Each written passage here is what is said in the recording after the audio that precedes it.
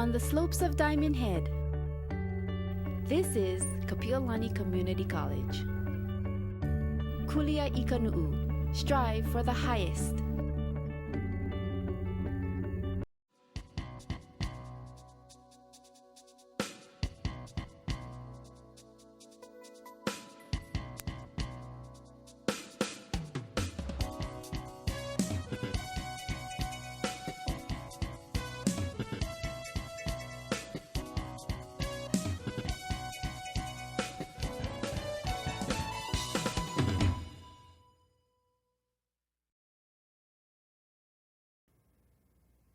Aloha, I'm Ben Carroll. Welcome to Business Law 200, Legal Environment of Business. Well, last time we took a look at the court system, the court structure, talked a little bit about the differences between state and federal court. Today we're going to get down to the nitty-gritty, so we're going to look at the actual trial proceedings, what a trial looks like, get a feel for how the court system operates right at the base level. So, as always, we're going to start out with a review, so let's take a look at what we covered last time. Okay, what are some of the similarities and differences between the federal and state court systems? Well, both systems have three levels. So we have the trial courts, the courts where we have the trials themselves, present evidence, have a jury, that sort of thing. Then there's an intermediate level of appeals. So if you're not satisfied with your result at the trial court, you have an opportunity to appeal, and there's an intermediate level, a mid-level of appeals court.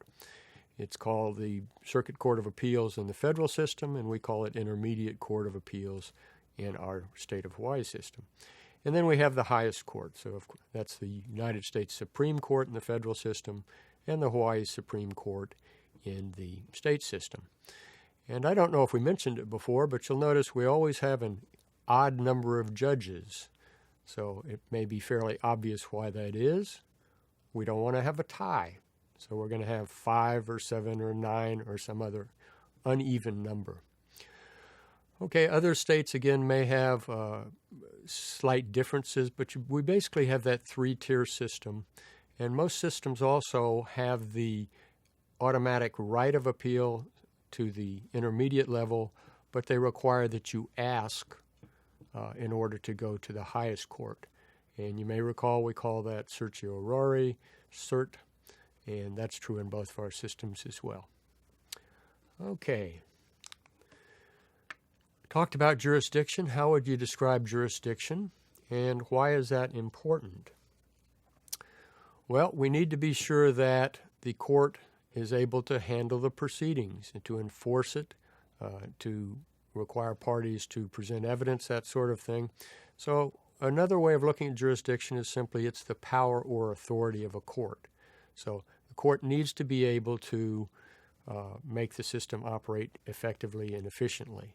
So we will divide that up various ways. A lot of it looks geographic, and we talked about particularly venue, which is the actual right location. But essentially, we need to have it convenient, we need to have it effective, and we do that by by our jurisdiction. Okay. What's the understanding of venue?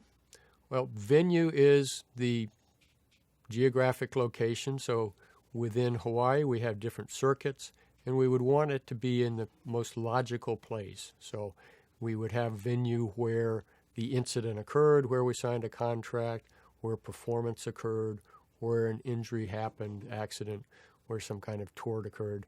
That would be a logical place. It also might be logical to have it where the defendants are, because again, we don't want to have defendants being dragged other places. So we'll look at what makes sense, and that's essentially how we decide where the venue should be located. What kind of jurisdiction does the court need? Well, we talked about the personal jurisdiction. In other words, we need to have power over the people. And again, plaintiff has volunteered to be in this court by filing. The defendant is brought in with service. So the court obtains jurisdiction over the other parties it needs. So obviously the people right in front of the court has personal power, personal jurisdiction over them. And even if it needs witnesses, it can do that with a subpoena. So it's able to order people to respond and come in and do the court's work. Okay. We have subject matter jurisdiction. You recall that involves the type of case. So certain cases, bankruptcy, probate, family, would be handled by certain kinds of court. And in addition, there may be amount limitations. So it may be that a court will handle certain amounts, either above or below a certain amount is considered appropriate for that court. And when I think of jurisdiction, I always throw in venue, since that tells us exactly the right court among the different levels, among the courts of the same level. It tells us which particular court we're going to go to. So I kind of throw that in as part of the jurisdictional considerations as well. Okay, difference between federal question and diversity jurisdiction. So you recall that our federal courts are limited, and we have two different types of federal jurisdiction. The federal question was the ABCs. I like to keep it simple, so that was the admiralty, bankruptcy, copyright. Those are federal issues. They come out of federal statutes. We cover them with federal law. Pretty much once we figured out whether or not it's federal, if it's not, then it goes over and it is a state case. Okay, so it's within state jurisdiction. Now, diversity jurisdiction is concurrent jurisdiction. So that means that there are two places it can be filed. It could be either filed federally or it could be filed in a state court. And that's based on the diversity of citizenship. In other words, people are from different states or countries, and the matter is worth $75,000 or more. So they don't take small Manini kind of cases in federal diversity jurisdiction. Okay, so if we establish whether or not it's a federal question, then we could file in state. But recall, if we filed in state and it met the requirements of diversity jurisdiction, the defendant could remove it, could take it over and bring it back to federal court under that jurisdiction. Okay, we made a distinction between substantive and procedural law. And we talked a little bit about what are some other kinds of issues that we'll be considering in a lawsuit. So substantive law is simply the subject matter. And generally in our personal affairs and in our business dealings, we're concerned with what the substantive law is. What are the requirements of a contract? How do we know if somebody's liable to us in negligence? So these are the subject matter of the law that tells us what the law means. Procedural, on the other hand, is pretty much how we do it.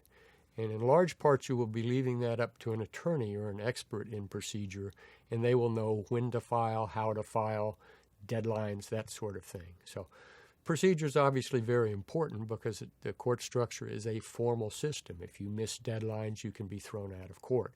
But as a practical citizen, you don't really need to know that as long as you have the advice and counsel of somebody who is an expert in that area.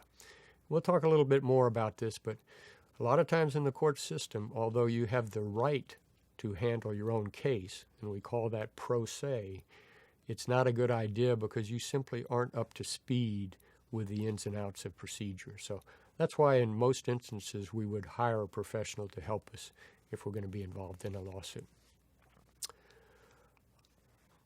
Okay, in addition to jurisdiction, what are some of the other issues in filing a lawsuit? Well, this was the who, what, when, where.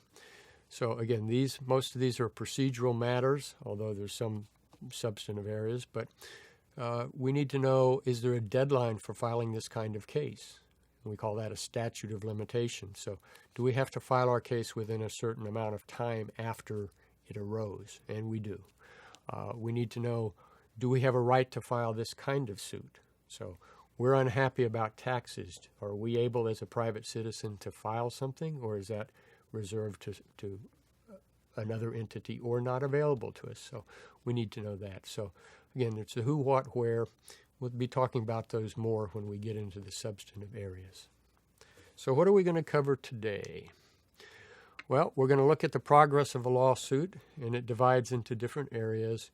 We kind of divide it simply into pleadings, motions, discovery, pretrial, trial, and just to touch on appeal. Then we're going to talk about the trial part of that. In other words, that's the whole litigation process. We're going to focus a little bit just on the trial, the actual proceeding in front of the court. And then we're going to look at a trial video, so you'll get an opportunity to see what it really looks like. It's a personal injury case involving a drinking driver. So first off, let's take a look at the kind of the broad brush of what litigation looks like. It's obviously much more than the trial. Okay, so I made this again simple. So we look at the stages, and these are not linear. I put them this way, again, for simplicity's sake. But you see, we start with a pleading that starts the lawsuit. Then we will have various motions. Then we will have what we call discovery, where we're trying to obtain evidence. Then we have an area we call pretrial, which is actually getting everything organized, witnesses and exhibits, setting a trial date, that sort of thing. If you think about it, all of this is pretrial. You got trial, and technically anything before that would be pretrial. But there is a set stage we tend to call pretrial. Then, of course, we have the trial, and again, we will focus on that in some detail.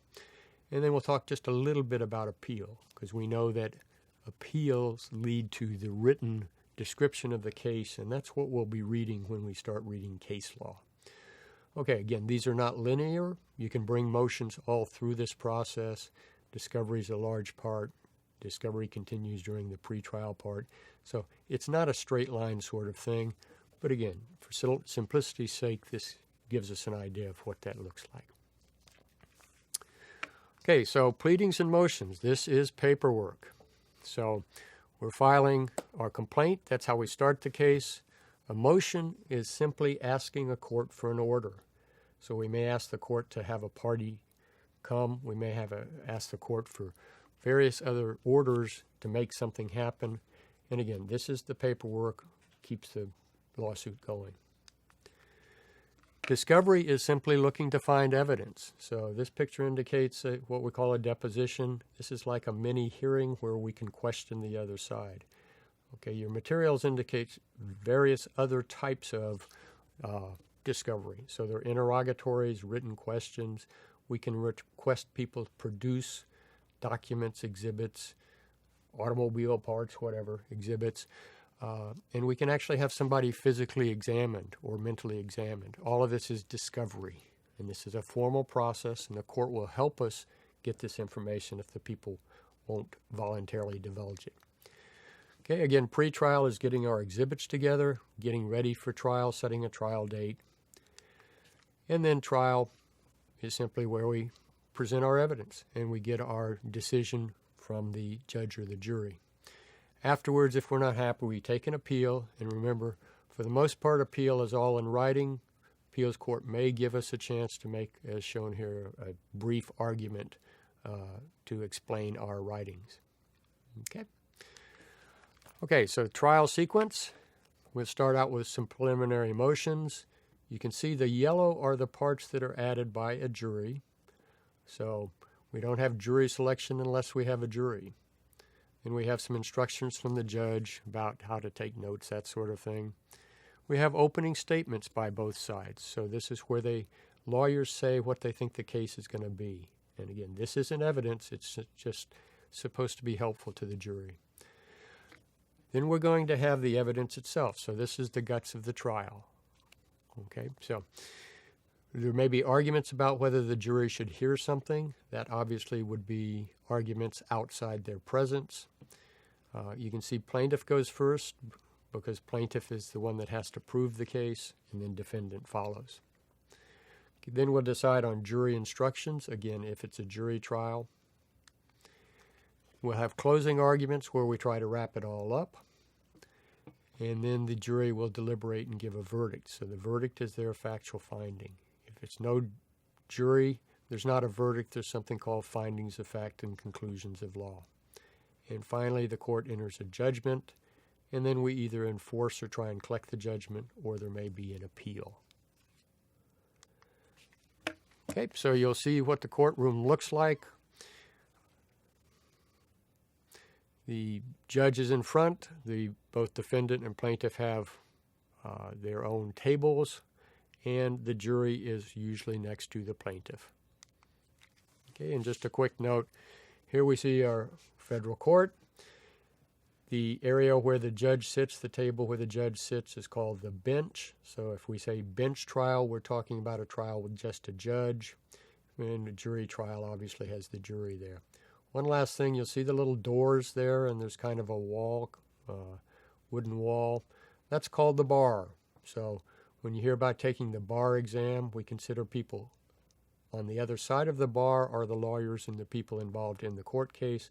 People on this side are simply the audience or the citizens. So that's what we mean when we talk about the bar, not the place we go to have a drink and celebrate the victory. Okay, so we're going to take a look at trial video. This is a Hansen versus Garcia case. It's about physical injuries from an automobile collision. So we'll be looking at lost wages, injuries, pain, and suffering. As you watch, consider a number of things, and there's other questions to look at on the course website. So consider the credibility, who you want to believe, how effective the lawyers are, control of the proceedings by the judge, and see if there's a flow. When you listen to one side, are you convinced, and then you change your mind perhaps with the other side. So let's take a look at Garcia versus Hansen and see what you think. We'll get together briefly afterwards. Objection, Your Honor. It's not relevant and beyond the scope of my direct examination. It's highly relevant, Your Honor. He was still drinking the day of the collision, and his being drunk caused him to smash into my client. Hello, and welcome to Final Verdict. This series explains what happens in a jury trial. Each segment focuses on a particular area of the law. You, the audience, are the jurors and will decide the outcome or render the final verdict. Today you'll see a civil trial involving an automobile accident. By law, all of us at all times must act reasonably so as not to injure others. Our everyday driving is an example of this. You must drive reasonably so as to avoid injuring others. Now, if you don't drive carefully and you injure someone, you could be sued. You may also have to pay for all damages and all injuries. In today's trial, you as jurors will decide which driver was at fault, whether to award damages, and in what amount. All rise. Court is now in session. The Honorable Leslie A. Hayashi presiding. Please come to order and be seated. Calling case number 90-145, Kathleen Garcia versus Gerald Hansen. Good morning, counsel. Please note your appearances for the record. Good morning, Your Honor. Alan Van Etten representing the plaintiff, Kathleen Garcia, who is also present. Good morning, Your Honor. Taryn Taguchi for the defendant, Gerald Hansen, who is also present. Are the parties ready to proceed? Yes, Your Honor. Yes, we are, Your Honor. The record will also note the presence of the jury in the jury box. Following the selection of the jury, the case begins with opening statements. The attorneys for each side will explain the evidence that will be introduced during the trial and why their side should win. First, you'll hear from the plaintiff's attorney and then from the defendant's attorney. Mr. Van Etten, please proceed with your opening statement. Thank you, Your Honor. Ladies and gentlemen, this case is about a day that changed Kathleen Garcia's life forever. The evidence will show that she was a hardworking single parent living in Kahuku and working some miles away at the supermarket in Haleiwa. Life wasn't easy for Kathleen. She was the sole support of her 10-year-old boy, Jeffrey. But she managed, at least until May 20, 1990. On that day, like most days for her, she spent all day working at the supermarket. She worked all the way until 9:30 at night. Gerald Hansen, that man over there, had a much different kind of day on May 20th.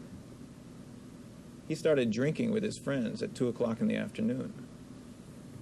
They drank straight through until 10 o'clock at night. Evidence will show that during that time he consumed between 16 and 24 beers. After drinking straight for 8 hours, he got into his car and started driving from Kahuku to Haleiwa. Tragically for Ms. Garcia, at the same time she was driving back from the Haleiwa supermarket towards Kahuku with her boy. In the middle, at about 10:15 in the evening, Mr. Hansen crossed the center line and smashed right into Kathleen Garcia. Now, Mr. Hansen will testify that he doesn't remember the crash. He got out of his car, he staggered into the field, and went to sleep. Kathleen Garcia didn't get out of her car. She couldn't. She was pinned in there, screaming. Now, because of the injuries that she suffered in that collision, she'll never be able to work at a job that requires her to stand up or bend or lift.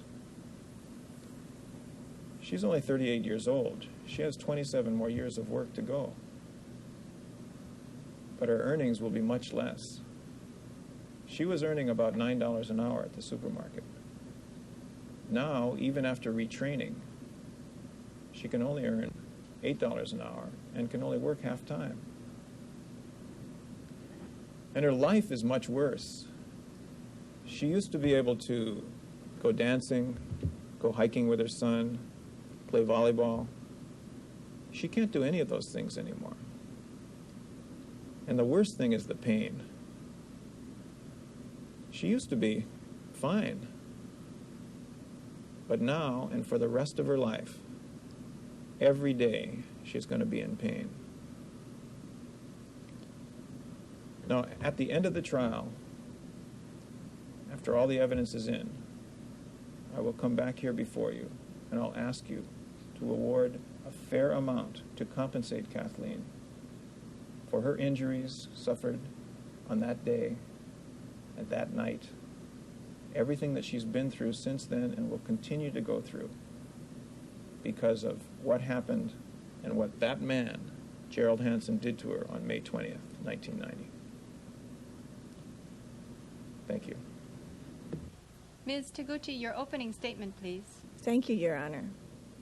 Ladies and gentlemen, Plaintiff's counsel has painted quite a picture, but counsel hasn't told you everything. Some of you might have been at the UH Rainbow football game last weekend.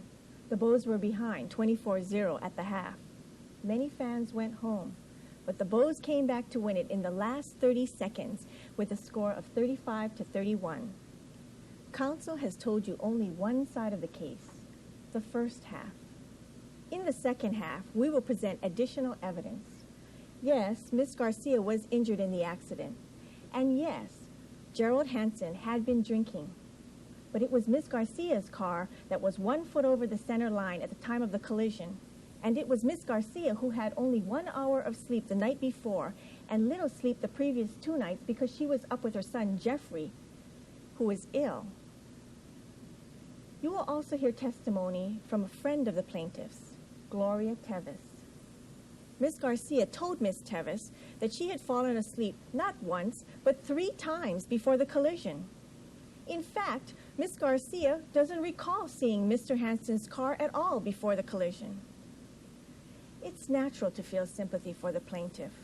We regret she suffered any injuries, but Gerald Hansen is not to blame. And as to her specific injuries, pay close attention to the testimony of her friend and neighbor, Gloria Tevis. She will describe for you Ms. Garcia's activities since the accident. So please, ladies and gentlemen, wait till the second half to see who is at fault and what the injuries really are. Thank you. Thank you. Mr. Van Etten, please call your first witness. Thank you, Your Honor. We call the plaintiff, Ms. Kathleen Garcia. The plaintiff will testify about the accident. Questions will be asked first by her own attorney. This is called direct examination. And then the defense attorney will conduct cross-examination. Morning, Kathleen. Good morning. Please tell us what happened on Sunday, May 20, 1990. In the morning, I went to work at the supermarket. And what kind of work do you do there? I worked at the checkout counter. I loaded groceries into the shopping cart, and I loaded groceries onto the shelves. When did you finish work? That day I worked from 9 in the morning till 9:30 at night. And what did you do after work? I picked up my son Jeffrey and I headed home.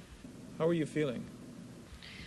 I was tired, but I was feeling good because I knew I had the next day off. So what happened next? I was driving, and then suddenly this car came across the center line. Before I could turn the steering wheel, he hit me. What do you remember happening next?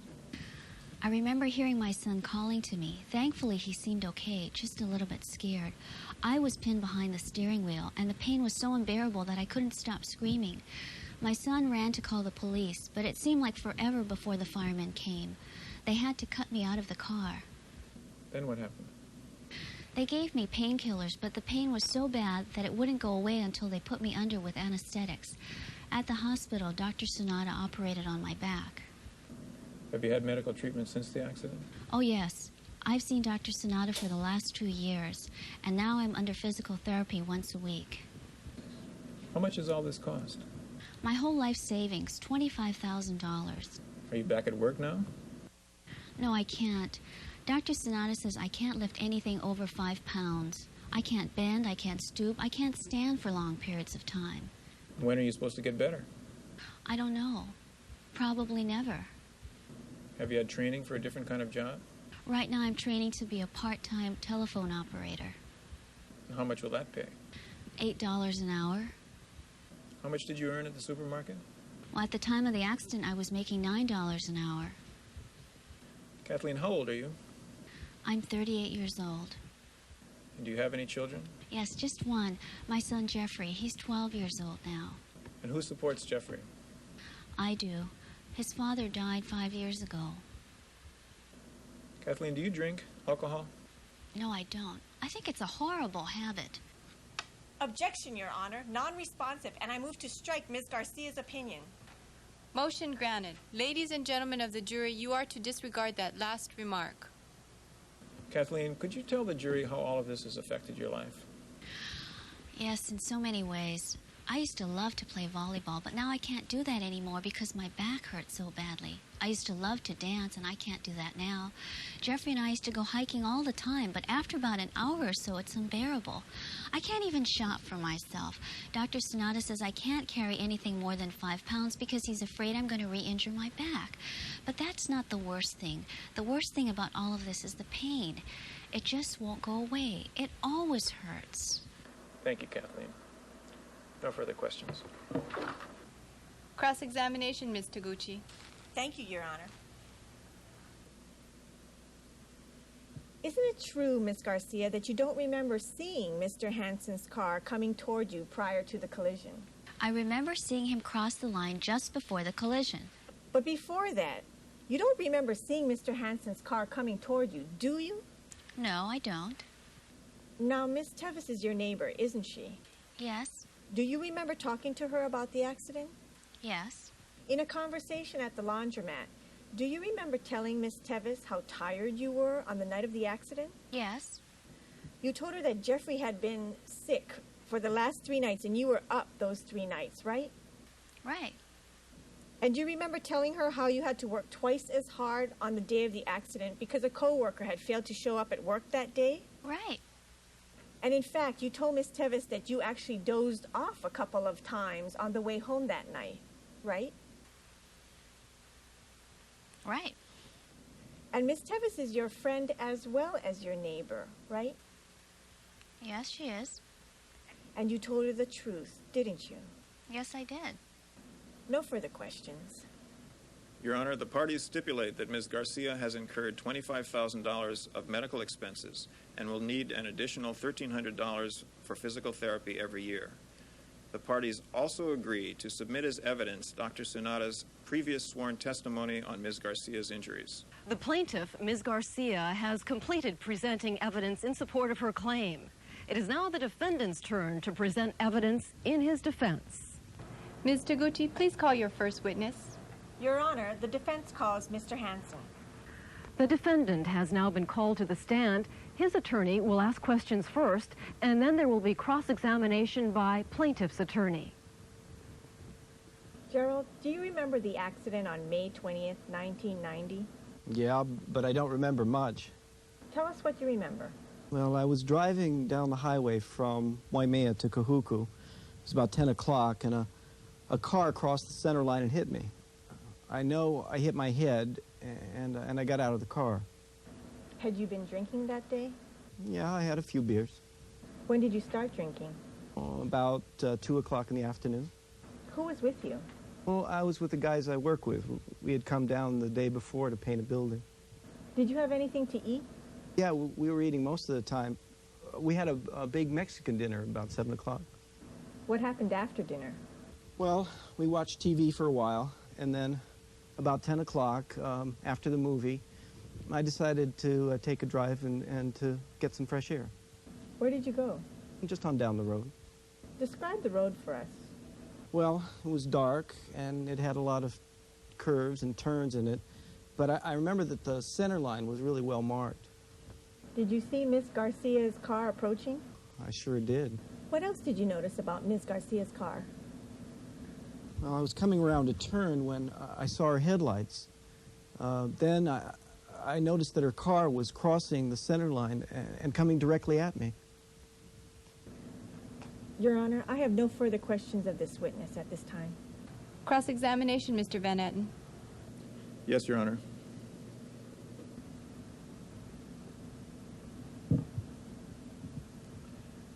Isn't it true, Mr. Hansen, that you were drinking all day on May 19th, 1990, the day before the collision? Objection, Your Honor. It's not relevant and beyond the scope of my direct examination. It's highly relevant, Your Honor. He was still drinking the day of the collision, and his being drunk caused him to smash into my client. Your Honor, I also object to Mr. Van Etten's using his objections to argue his case to the jury. The objection is sustained. Counsel, please just state the basis of your objection so the court may rule. Please proceed, Mr. Van Etten. Thank you, Your Honor. Isn't it true, Mr. Hansen, that when you went out for a drive that night, you were actually going to the market to buy more beer? No, I was just driving to get some fresh air. If you wanted fresh air, why didn't you just go for a walk? Well, it was dark out, so I thought it'd be better if I took a drive. And I could listen to the radio then, too. After you smashed into Mrs. Garcia, Mr. Hansen, did you help her? Objection, Your Honor. Argumentative. Sustained. You may rephrase the question. Thank you, Your Honor. Mr. Hansen, after the collision, did you help Ms. Garcia? I don't remember what happened after the crash. Next thing I knew, I was coming to in a field. You don't remember. Isn't it true, Mr. Hansen, that when you drink beer with your friends, you drink 2 to 3 beers an hour?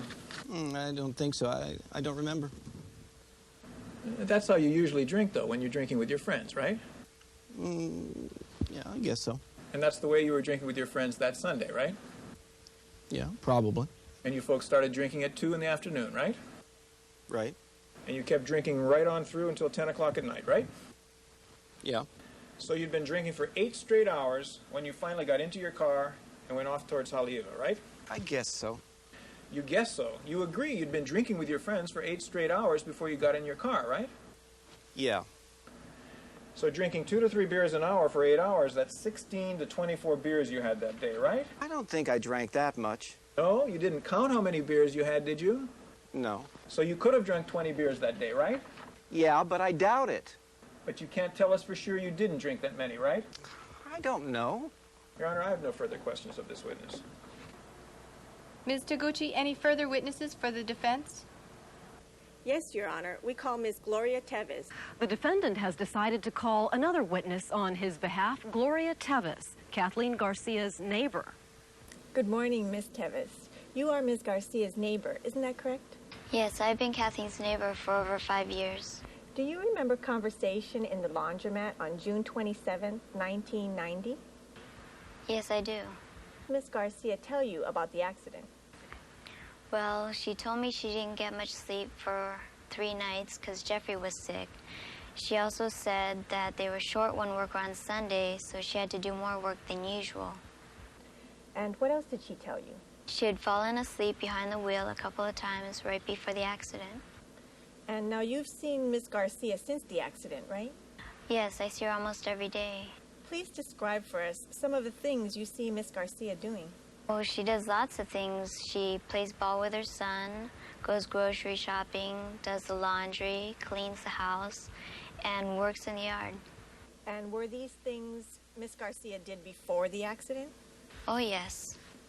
I have no further questions of this witness, Your Honor. Cross-examination, Mr. Van Etten? Yes, Your Honor.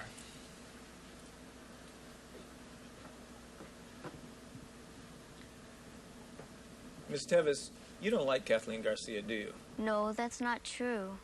Isn't it true, Ms. Tevis, that you're having an affair with Rodney Hughes, the defendant, Gerald Hansen's friend? Objection. This is totally irrelevant. Your Honor, this goes to the issue of bias.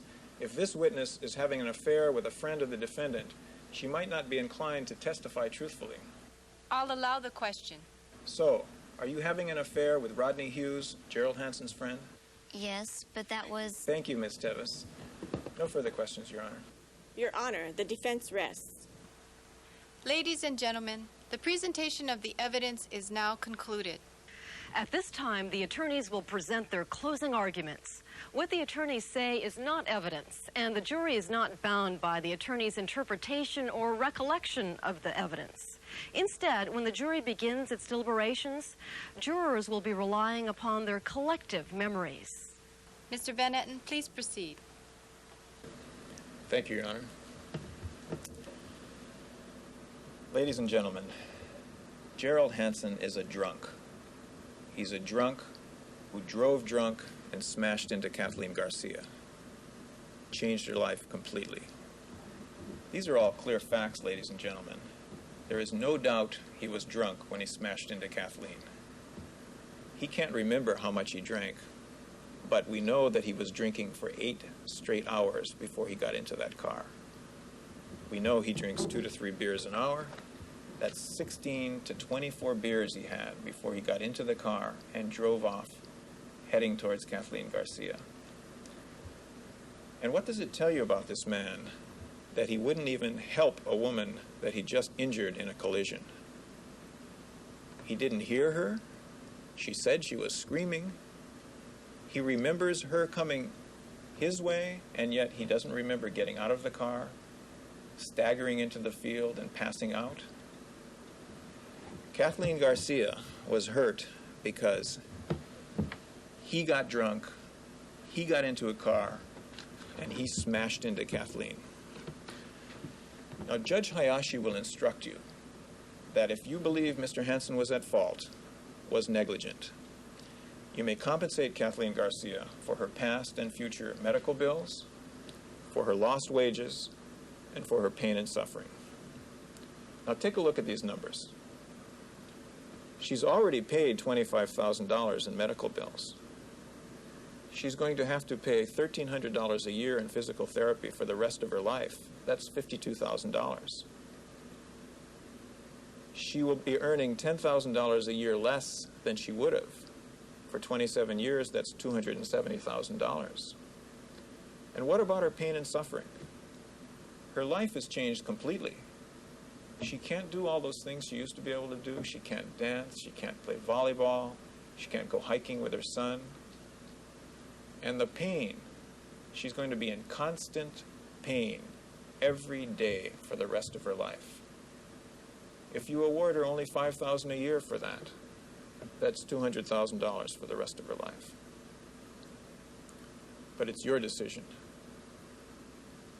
This is a great responsibility.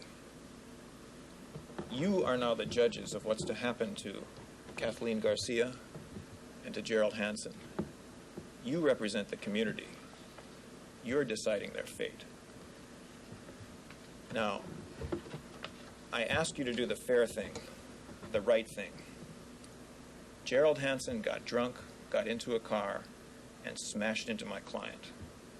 A substantial award won't give her health back, but it'll give her justice. Please, do the only fair thing. Give her a fair award. Thank you.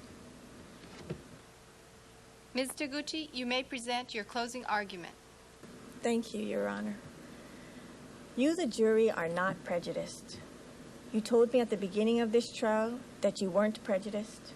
I believed you then, and I believe that now. Please don't decide against Gerald Hansen because of what Mr. Van Etten says about his lifestyle. Ms. Garcia is a hard-working single mother who fell asleep at the wheel and got into an accident. It's unfortunate, but it's not Gerald Hansen's fault. Counsel talks about clear facts. These are the relevant clear facts. She was up all night for 3 nights in a row taking care of her son. Because she's the sole support of her family, she went to work all 3 days, all day. By 10 p.m. on Sunday night, she was exhausted. Anybody would have been. On her way home that night, she fell asleep at the wheel twice. She admitted that. She didn't pull over. She kept on driving. She fell asleep at the wheel with her son in the car, and she didn't pull over. She fell asleep again, crossed the center line, and hit Gerald Hansen. And remember, her memory's not very good. She doesn't remember playing ball with her son after the accident. She doesn't remember working in the yard after the accident. We're sorry Miss Garcia was injured. She is a hard-working single parent. And Mr. Hansen did drink. Maybe that's not so great, but that's not the question. The question is, who caused the accident? Counsel says that you are the judges. You are here to do justice, not to punish someone because you don't like his lifestyle. That would be prejudice. You are here to do justice, to determine who caused the accident. And the facts show it wasn't Gerald Hansen. Miss Garcia is the person who caused this accident. So I urge you, return the verdict for the defendant. Thank you. Mr. Van Etten, do you wish to give a rebuttal argument? Yes, Your Honor, I do.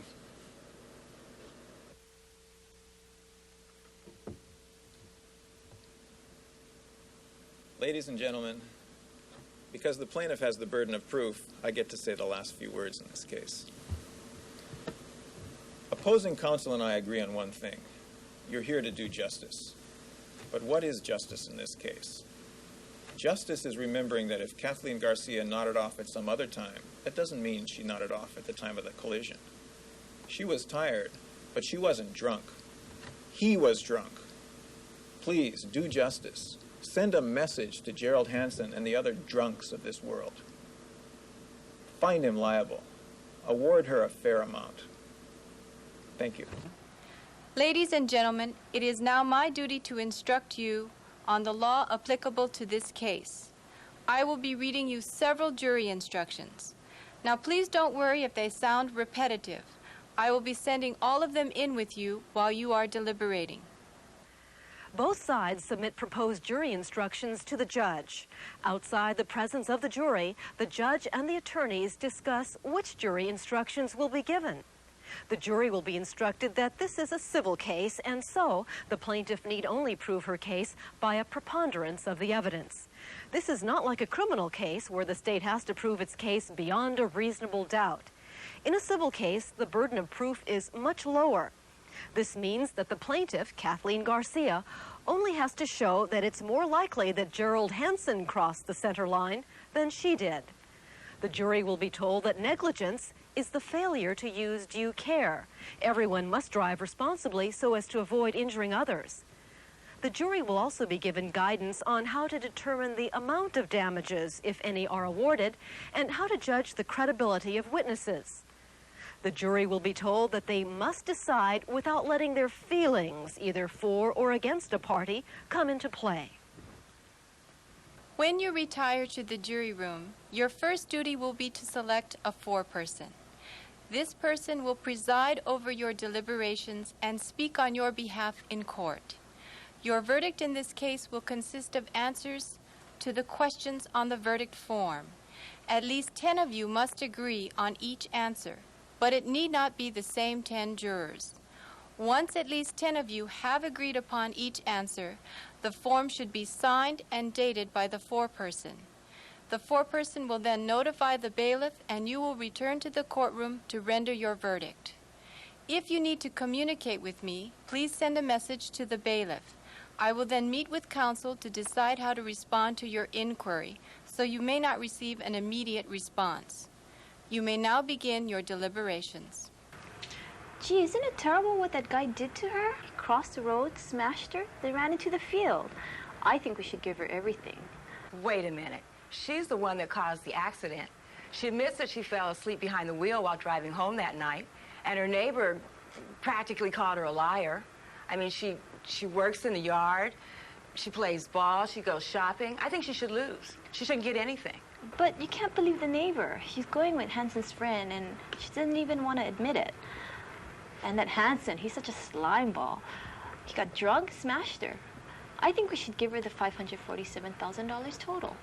Wait, let's look at this verdict form and see what questions we have to answer. Maybe we can do a quick vote and see how many of you folks agree with Laura here and how many of you agree with me. No, we should first pick a foreperson. I'd like to volunteer. What do you think? Should we go ahead and vote for Laura? Although the jury has retired to the jury deliberation room, the case is not yet over. If the jury can't reach a verdict today, it'll return and continue deliberations tomorrow. If for some reason 10 of the jurors can't agree on the questions, the judge may declare a mistrial, and there'll have to be a new trial all over again. Even if the jury returns a verdict, either side may appeal the verdict to the Hawaii Supreme Court. But now that you've heard the evidence, how would you decide? For the plaintiff, Kathleen Garcia? If so, how much would you award her in damages? Or would you fine for the defendant, Gerald Hanson? You render the final verdict.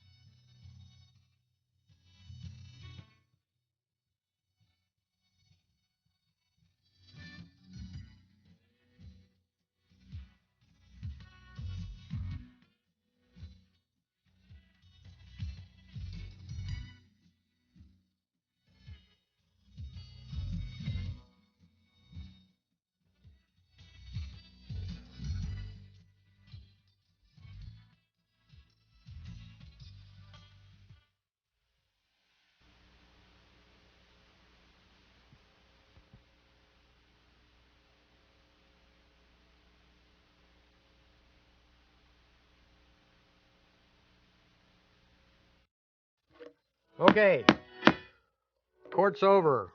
I suppose you thought you might have gotten a decision, but you didn't. So we left that hanging. So I guess the question for you is, what would your decision have been? You can imagine they made this so that there were some things both ways. That's why I mentioned credibility. So we didn't have any physical evidence here, did we? I mean, we didn't have skid marks. We didn't have something, a